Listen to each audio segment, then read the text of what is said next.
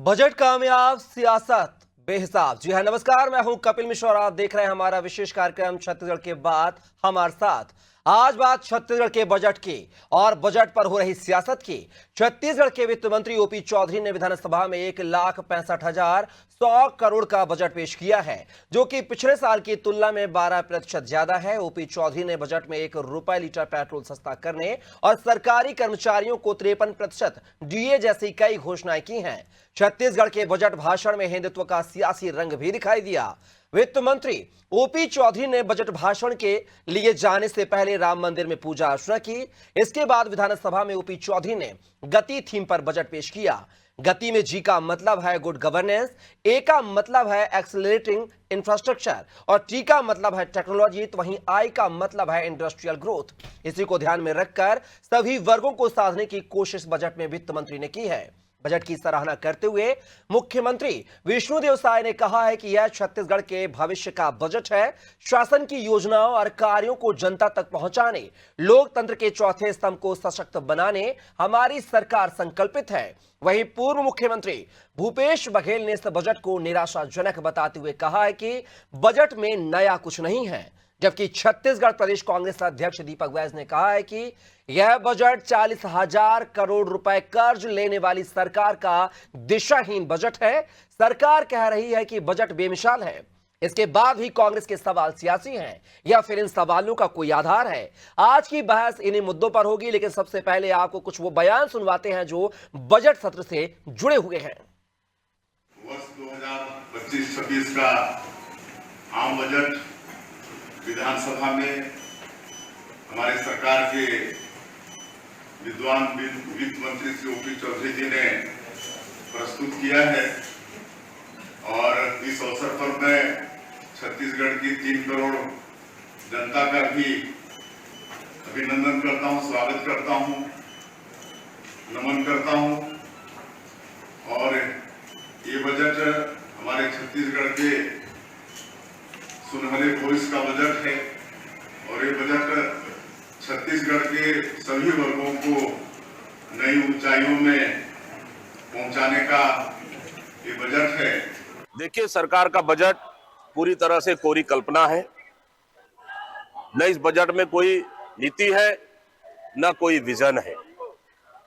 ये बजट छत्तीसगढ़ के विकास के लिए नहीं, बल्कि छत्तीसगढ़ के विनाश के लिए बजट है। पिछले 1 साल में सरकार का बजट का पैसा 1 रुपए गांव में और शहरों में नहीं गया।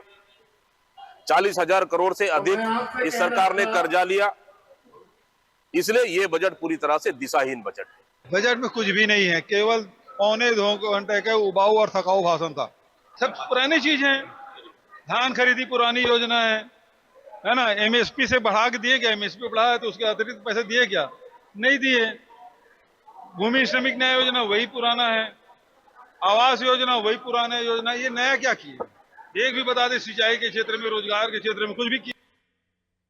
तो सुधा, आपने बजट को लेकर जो है छत्तीसगढ़ में जहां पर सत्ताधारी पार्टी मुख्यमंत्री कह रहे हैं कि ये बजट जो है आम जनता के हित में है, तो वहीं विपक्ष इस बजट को जो है दिशाहीन बता रहा है। इस मुद्दे पर चर्चा करने के लिए हमारे साथ एक विशेष पैनल जुड़ गया है। चलिए परिचय करवा देता हूं। हमारे साथ इस मुद्दे पर चर्चा करने के लिए बीजेपी प्रवक्ता दिनेश अग्रवाल जी जुड़ गए हैं, साथ ही कांग्रेस प्रवक्ता प्रगति वाजपेयी जी, साथ ही वरिष्ठ पत्रकार रमेश पांडे जी और अनादि टीवी के एग्जीक्यूटिव एडिटर प्रभु पटेरे जी हमारे साथ जुड़े हुए हैं। चारों मेहमानों का बहुत स्वागत है हमारी चर्चा में। और पहला सवाल जो है एग्जीक्यूटिव एडिटर हमारे जो है प्रभु पटेरे जी, उनसे मैं चाहूंगा। सर, आपने 2000 से पहले राज्य गठन के पहले का बजट भी देखा जो मध्य प्रदेश में था, और 2000 के बाद जो छत्तीसगढ़ का गठन हुआ था उसके बाद भी आपने तमाम बजट देखे हैं। आज का जो बजट पेश किया गया है विष्णुदेव साय सरकार का दूसरा बजट है, 25वां बजट है। क्या कहेंगे इस बजट में? क्या वाकई में छत्तीसगढ़ के विकास को लेकर प्रावधान किए गए हैं, या फिर जिस तरीके से कांग्रेस आरोप लगा रही है कि जो बजट है दिशाहीन है, इसमें कोई विकास की बातें नहीं की गई हैं, ना कि छत्तीसगढ़ का विकास नहीं बल्कि विनाश की बातें कही हैं? कितना इत्तेफाक रखते हैं सर उनके बयानों से? देखिए, छत्तीसगढ़ को बने हुए 25 साल पूरे होने वाले हैं। इन 25 सालों में छत्तीसगढ़ में क्या हुआ क्या नहीं हुआ, ये छत्तीसगढ़ की जनता भली भांति जानती है। वो नेता भी जानते हैं जो इसके पक्ष में बोल रहे हैं या इसके विपक्ष में बोल रहे हैं। हम याद ही करें तो पिछले जब छत्तीसगढ़ बना था तो जो है अजीत जोगी, वहाँ पर कांग्रेस की सरकार थी, अजीत जोगी मुख्यमंत्री थे, उनका जो पहला बजट आया था वो टेंट में पेश किया गया था। उस समय के जो वित्त मंत्री थे रामचंद्र सिंह थे, वो हर मामले में कटौती करने में, क्योंकि संसाधन कम थे। आज की स्थिति यह है कि आप देखिए बजट पिछली बार से बढ़कर आया है, 1,65,000 करोड़ से ज़्यादा का बजट हो गया है छत्तीसगढ़ का। हर वर्ग को, हर क्षेत्र को छूने की कोशिश की गई। यदि आप वहाँ पर मेट्रो लाने का संकल्प ले रहे हैं, यदि उसका सपना देख रहे हैं कि रायपुर और दुर्ग के बीच में, वो सभी छत्तीसगढ़ वासियों को पता होगा, भूपेश बघेल को भी पता होगा, उसी क्षेत्र से आते हैं वो, कि कितना ट्रैफिक वहाँ पर है, कितनी ज़रूरत वहाँ पर एक सुगम यातायात की है, बीच में भिलाई भी पड़ता है, पूरा इंडस्ट्रियल एरिया है वो। तो निश्चित तौर पर उसके बाद दिशा में सोचने का यदि प्रयास कर रही है सरकार, वहाँ पर कदम बढ़ा रही है, तो ये भी है। एक जो वित्त मंत्री जी जो कि IAS हैं, उन्हें एक जो अपना खाका दिया है, जो गति के साथ और आस्था की बात की है कि गति मतलब हम तेज गति से विकास करेंगे सभी पहलुओं को छूते हुए, और एक आस्था जताई है जो छत्तीसगढ़ की आत्मा है, जो छत्तीसगढ़ी लोग अपने छत्तीसगढ़ महतारी को लेकर व्यक्त करते हैं कि उस तरीके से वो छत्तीसगढ़ को आगे ले जाना चाहते हैं। तो आप देखिए, चाहे शिक्षा का क्षेत्र हो, प्रधानमंत्री आवास योजना का बजट बढ़ाया गया है कि हर व्यक्ति तक घर पहुंचा दिया जा सके। जो सोशल इंजीनियरिंग की स्कीम्स हैं, चाहे मैतारी वंदन स्कीम का योजना कह लें, तो उसका बजट में प्रावधान किया गया है। किसी स्कीम को बंद नहीं किया गया है, विकास की तरफ दिख रहा है, शिक्षा पर फोकस किया गया है। अब फिजियोथेरेपी के नए कॉलेज खोले जाएंगे, फैशन इंस्टीट्यूट खोला जाएगा। इस तरीके से छत्तीसगढ़ के एक नया खाका वहाँ पर बनाने की कोशिश की गई है।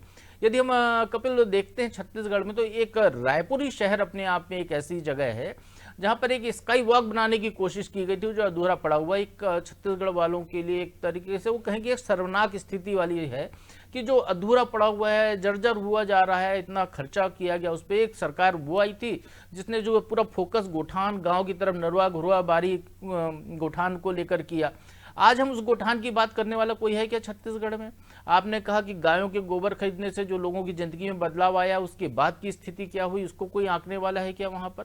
तो योजनाएं वो होनी चाहिए जो कंक्रीट धरातल पे आगे बढ़ें, जो एक स्टेप बाय स्टेप प्रदेश को आगे बढ़ाएं, लोगों के जीवन में तरक्की लाएं, प्रदेश में विकास की गंगा बहाएं। तो मुझे लगता है उस पैमाने पर बजट को, अपना अपना नजरिया होगा राजनीतिक दलों का, लेकिन बजट यदि आम छत्तीसगढ़िया के लिहाज से देखें तो संतुलित बजट है, अच्छा बजट है। संतुलित बजट है, अच्छा बजट है।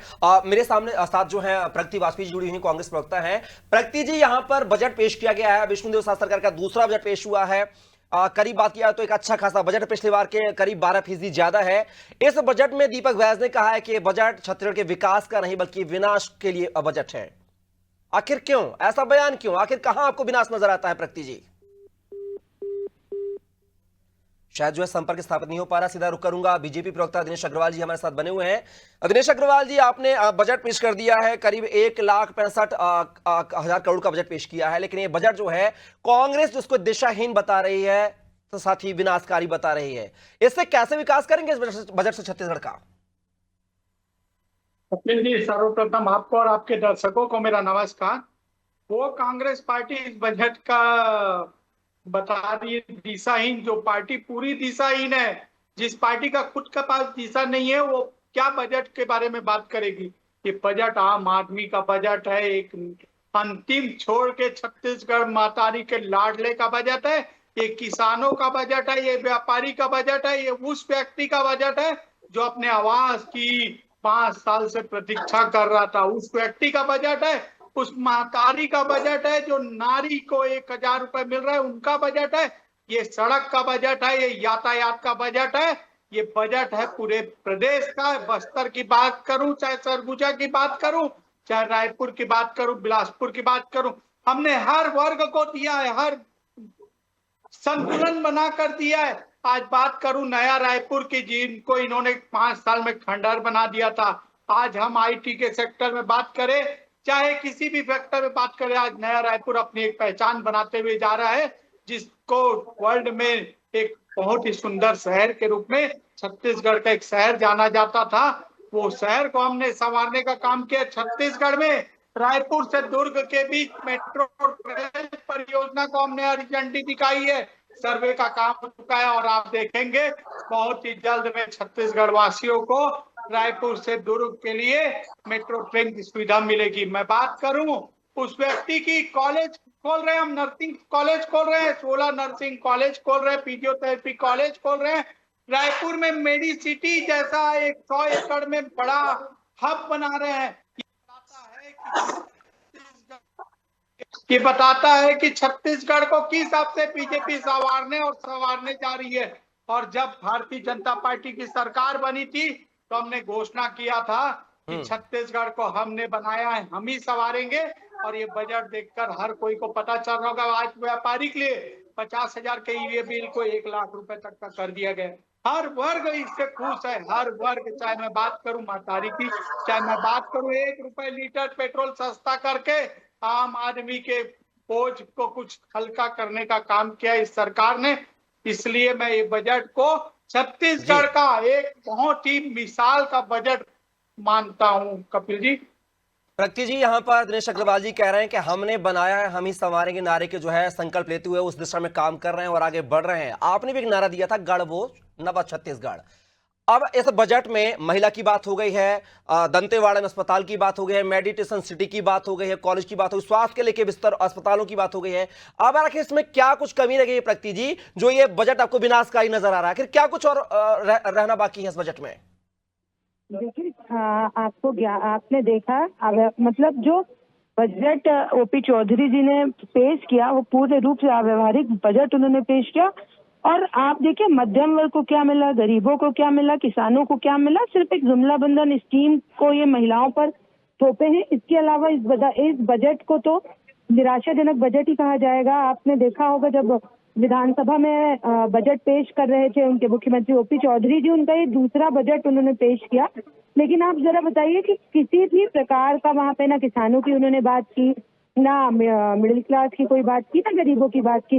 निराशाजनक बजट है ये। शराब पर नीति बना रहे हैं, शराब सस्ती करने की बात कर रहे हैं। और जब पेट्रोल डीजल सस्ती करने की बात आती है तो ये 1 रुपए पेट्रोल डीजल के दाम पे इन्होंने कमी की है। तो भारतीय जनता पार्टी लूट खसोट तंत्र बनाकर रखे, लूट खसोट करने का काम कर रही है और पूर्ण रूप से निराशाजनक बजट है। आप देखिए, चाहे आप केंद्र की बात देखें, शेयर बाजार बैठा हुआ है, मध्यम मिडिल क्लास जूझ रहा है, छोटे लोग आर्थिक परेशानियों से गरीब जूझ रहा है, लेकिन जनता से इनका कोई सरोकार नहीं है। जनता के मुद्दों से भारतीय जनता पार्टी का कोई लेना देना नहीं है और ये जनता का भरोसा तोड़ चुके हैं। जी अग्रवाल जी कुछ प्रतिक्रिया देना चाहें? 30 सेकंड अग्रवाल जी, फिर मैं सीधा रमेश पांडे साहब का रुख करूंगा। शायद में मेरी कांग्रेस प्रवक्ता छत्तीसगढ़ के बजट को सुनी या समझी या देखी नहीं है। ये बात कर रही है महतारी के लिए, अरे 8 लाख लक्ष्मीपति योजना हमने लाई है, नारियों को 1,000 रुपए हमने सम्मान दिया है, किसानों की बात करते हैं 3100 रुपए क्विंटल धान का समर्थन मूल्य हमने दिया है। ये बात करते हैं इंफ्रास्ट्रक्चर की, 9,500 करोड़ रुपए पीडब्ल्यूडी विभाग को हमने दिया है। ये बात करते हैं जो प्रधानमंत्री आवास गरीबों का छीनने वाले लोग, ये कांग्रेस के लोग बात करेंगे इस चैनल में। धिक्कार है मेरी बहन, कम से कम इतनी निम्न स्तर की राजनीति उन गरीबों के साथ मत करो। और आज सब चीज दे रही है भारतीय जनता पार्टी, तो कांग्रेस का विधवा विलाप, भ्रष्टाचारी कांग्रेस का विधवा विलाप, सॉरी माफ करिएगा, ये भ्रष्टाचारी पार्टी के भ्रष्टाचारियों लोगों का विलाप चालू हो गया, क्योंकि सुशासन की सरकार आ गई। 1.5 साल में एक भी भ्रष्टाचार के आरोप नहीं लगा पाए। ये बताता है कि कांग्रेस की हिसाब से भ्रष्टाचार में डूबी हुई थी और विष्णुदेव साय की सुशासन की सरकार जो जनता के लिए निरंतर काम करते हुए जा रही है। और दूसरा बजट इस सरकार का, उसमें बता दिया कि सरकार की रीति और नीति एकदम स्पष्ट है। यह आम जनमानस की सरकार है और आम जनमानस के लिए कार्य करने के लिए दृढ़ संकल्पित सरकार होकर के ये काम कर रही है। अग्रवाल जी, अधूरा स्काई वॉक इसमें कंप्लीट होगा क्या? अधूरा स्काई वॉक, रायपुर का अधूरा जो स्काई वॉक है, क्या वो पूरा होगा? अब निसंदेह सभी कार्य पूरे होंगे और एक से बढ़कर एक कार्य आपको देखने मिलेंगे। और छत्तीसगढ़ महतारी जी हिसाब से हमने कल्पना की थी, मेरे पूर्वजों ने छत्तीसगढ़ राज्य की जो कल्पना की थी, उस छत्तीसगढ़ राज्य को भारतीय जनता पार्टी ने संवारा है कपिल जी।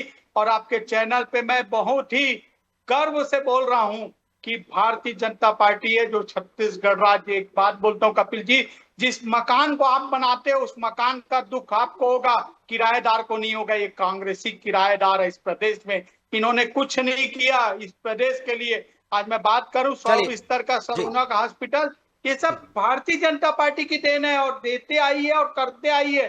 हम काम करने वाले लोग हैं, हम सेवक लोग हैं, हम राजनीति पार्टी से भले ही जुड़े हैं लेकिन हम राजनीति को अपना सेवा का चलिए माध्यम सेवा बना के भाव काम करेंगे, जनता करेंगे। जनार्दन आपको सर माथे पर रखेगी, वरना कांग्रेस की तरफ 5 साल में आपको भी अलविदा कह देगी। सीधा रमेश पांडे का अरविंद पांडे साहब का रुख करेंगे। अब पांडे साहब, क्या लगता है जिस तरीके से विष्णुदेव साय सरकार का दूसरा बजट पेश हुआ है, बजट जो है कांग्रेस कह रही कि दिशाहीन है, इसमें कोई विकास की बातें नहीं बल्कि विनाश की बातें हैं, क्या माने कांग्रेस के बयानों को? क्या वास्तविकता में बजट जो है आम जनता के हित में नहीं है, या है तो कैसे है? देखिए कपिल जी, कांग्रेस के लोग बहुत विद्वान हैं, उनकी बातों पर हम नहीं जाएंगे, लेकिन इतना जरूर कहेंगे कि छत्तीसगढ़ का जो बजट पेश किया गया है सही मायने में ऐतिहासिक है, सही मायने में सर्व समावेशी है और सही मायने में सर्वस्पर्शी है। मैं इसके लिए मुख्यमंत्री विष्णुदेव साय जी को और कैबिनेट मंत्री के रूप में वित्त मंत्री का जो कार्य संभाल रहे हैं ओपी चौधरी जी को बहुत बहुत बधाई देता हूं। आपको मैं छोटी छोटी बातों का जिक्र करता हूं। पहली बार बजट में 100 एकड़ की जमीन पर नवा रायपुर में एजुकेशन सिटी डेवलप करने का प्राविधान किया गया है। पहली बार बजट को हाथ से लिखा गया है। 100 पृष्ठों के बजट को वित्त मंत्री ओपी चौधरी ने अपने हाथ से लिखा है। ये एक अपने आप में ऐतिहासिक है। अगर हम खिलाड़ियों खेल के क्षेत्र में बात करें तो 2 संभाग में संभाग स्तरीय बहुउद्देशीय स्टेडियम के साथ साथ करीब दर्जन भर से अधिक जिलों में स्टेडियम बनाए जाने का प्रावधान किया गया है। नालंदा परिषद जो एजुकेशन के रूप में खास करके प्रतियोगी परीक्षा में शामिल हो रहे बच्चों के लिए बहुत उपयोगी होता है, वो प्रदेश के 17 स्थानों पर स्थापित करने का प्रावधान किया गया है, बजट दिया गया है। बजटीय प्रावधान में सबसे बड़ी चीज एक हुई है कि नेशनल लेवल का फैशन टेक्नोलॉजी इंस्टीट्यूट नया रायपुर में खुलने जा रहा है। ये एक अपने आप में एक बहुत ऐतिहासिक चीजें हुई हैं।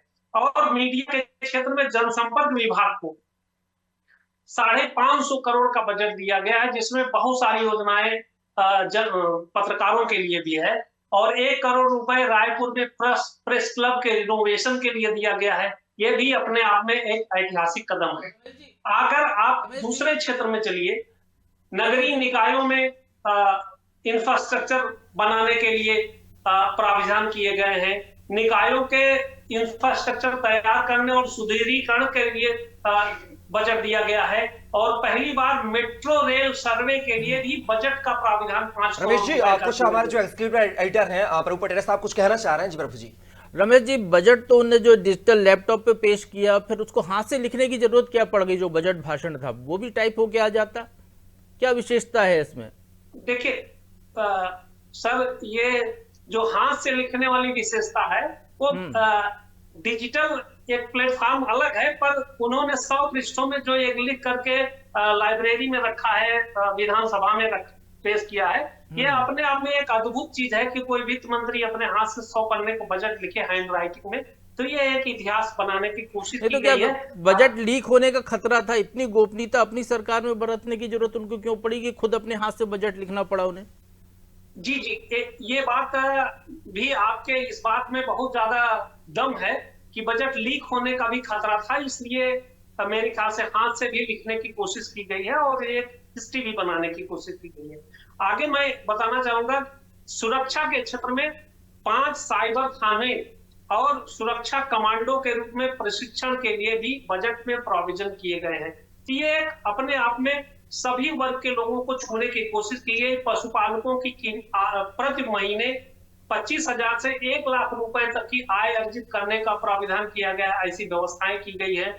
और जो जीएसटी में कुछ व्यापारी पुराने जीएसटी अदा नहीं कर पाए थे, उनके लिए भी एक छूट का प्राविधान व्यवस्थाएं की गई। यानी आप देखेंगे तो व्यापार, शिक्षा, खेल, मेडिकल, एजुकेशन, सार कोई क्षेत्र ऐसा नहीं है जो छूटा हो। महतारी बंधन की जो एक महत्वाकांक्षी योजना है, पिछले बजट में 3,000 करोड़ रुपए का प्रावधान था, इस बजट में उसको 5,500 करोड़ कर दिया गया है। ये भी है एक अपने आप में बहुत उत्साहजनक। बिल्कुल, कहीं ना कहीं ऐतिहासिक बजट आप करार दे रहे हैं पांडे साहब, और सीधा रुक करूंगा एग्जीक्यूटिव एडिटर जो है प्रभु सर का। और प्रभु सर, जिस तरीके आपने जिक्र की है कि हाथ से लिखित बजट पेश किया गया है, एक तरफ जहां पे छत्तीसगढ़ विधानसभा को डिजिटल विधानसभा बनाने के लिए, पेपरलेस विधानसभा बनाने के लिए काम किया जा रहा था, लंदन में ट्रेनिंग देने की बात की जाती है, विधायकों को सभी को ले जाकर लंदन में ट्रेनिंग देंगे, और ऐसे में जो हाथ से लिखित बजट यानी कि पेपर से भरा बजट, इन दोनों चीजों को थोड़ा समझ चाहूंगा कि आखिर आपने गोपनीयता की बात की है, क्या ये बात सच साबित हो सकती है, या फिर जहां पे डिजिटल प्रणाली की बात की जा रही थी वहां पर पेपर वाला बजट क्यों आखिर? देखिए कपिल, बजट में सिर्फ वो 100 पन्ने का बजट नहीं होता है। बजट बहुत हर विभागवार बजट के पूरे हेड्स होते हैं, पूरे डिटेल अलग अलग उनकी कॉपी छपती है, पूरी प्रिंट होकर आई होगी। ये उनका जो भाषण है वित्त मंत्री जी का, उनने जो अपना भाषण खुद अपने हाथ से लिखा है। पढ़े लिखे व्यक्ति हैं, समझदार व्यक्ति हैं, IAS अधिकारी रहे हैं, तो उनने उस चीज़ को रखा है। साथ में गोपनीयता का भी उन्हें ध्यान रखा कि वो जो विशिष्टता यहाँ पर बताना चाह रहे थे, जैसे फ्रेज उन्होंने इस्तेमाल किए हैं गति और आस्था जैसे, तो शायद वो चीज़ें जो है वो अपनी USP जो है यूनिकनेस वो रखना चाह रहे थे कि जो बजट भाषण में वो पेश करें, तो इसलिए उन्होंने प्रयोग किया है। उनकी राइटिंग भी बहुत अच्छी है, आमतौर पर ऐसी राइटिंग बहुत कम लोगों की होती, तो ये भी एक विशेषता उसमें झलक हो गई उनकी।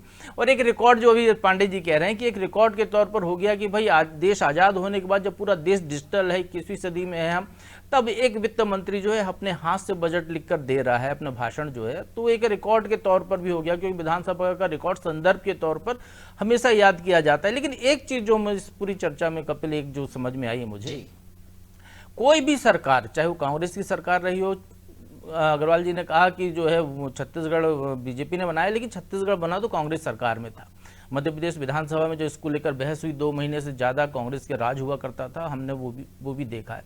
लेकिन कोई भी सरकार जो भी होती है वो विकास को लेकर अपना एजेंडा बनाती है। बजट उसका एक रूपरेखा है, उसका एजेंडा है, वो कैसा विकास वो चाहती है, कैसा विकास वो करना चाहती है।